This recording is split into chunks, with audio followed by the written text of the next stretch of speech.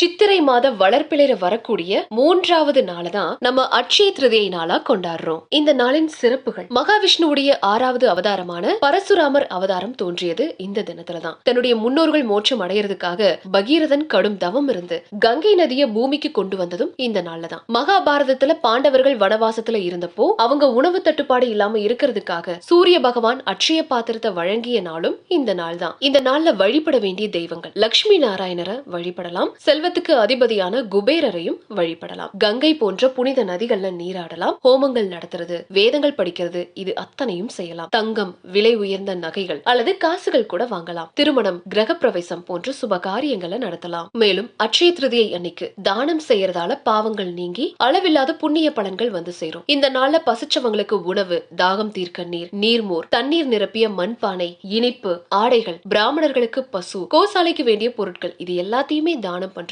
ரொம்ப பெரிய புண்ணியமா கருதப்படுது.